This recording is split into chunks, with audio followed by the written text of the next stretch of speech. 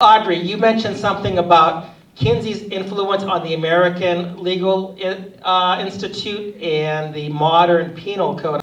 Can you talk a little bit more in detail about that? Well, as I said, the American Law Institute was founded to remove 52 Bible-based laws, and they worked using Kinsey's, I hyphen, because it's not true science, right? They used his science to throw out the common law, which was based on the Ten Commandments, the Old and New Testament, and then they put in the man-made law based on Kinsey's science. So what's interesting though, remember that in the 40s already America's being changed by Hollywood, by academia. And so by the 1950s, actually our US Congress was worried about the moral direction that America was going. So they called for an investigation to look into the foundations and what they had been funding. And when they found the Rockefellers had been funding Sanger, Margaret Sanger, and Kinsey. So Congress came to the conclusion that the Kinsey reports were a direct attack on Judeo-Christian morality in America. So you would think they would do something about it. Well, the Kinsey Rockefeller information mysteriously disappeared. And the reason we know that is because one of the legal aides to Congress during that time wrote a book called Foundations, Their Power and Influence, and he's got the congressional record in there, and talked about how this information, which was the most powerful, actually disappeared. But in 1953, then we see that Kinsey science is being used with the legal elite. So by 1955, they draft the Model Penal Code, and of 197 footnotes in the sex offense section, Kinsey is the sole authority on normal human sexuality.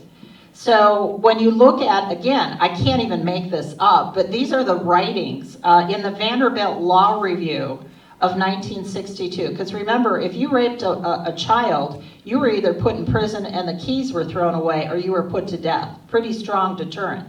Thanks to the field of psychology, now you're therapeutically managed, put out on the street. We can go in our app and see who the pedophile in your neighborhood is. But here's why they changed that. Here's why they changed that law. This is from the Vanderbilt Law Review. The sometimes extreme seductiveness of a young female is a factor which has no place in the law, but it certainly affects motivation. Even at the age of 4 or 5, this seductiveness may be so powerful as to overwhelm the adult into committing the offense. The affair is therefore not always the result of adults' aggression. Often the young female is the initiator and the seducer. So, and then go to Illinois. In 1953, Illinois is the first state to adopt the Model Penal Code. We adopted it in Texas in 1974, by the way. But in the Illinois Commission on Sex Offenders, they said children oftentimes are inadequately trained to live in a free society. The inability of some parents to rear children in a democratic atmosphere and at the same time observe the conventions of society is in fact a fact that needs consideration. So see, this is not, we're dealing with this has been happening for a long time. It's just that it's all out in the open now and we can see it.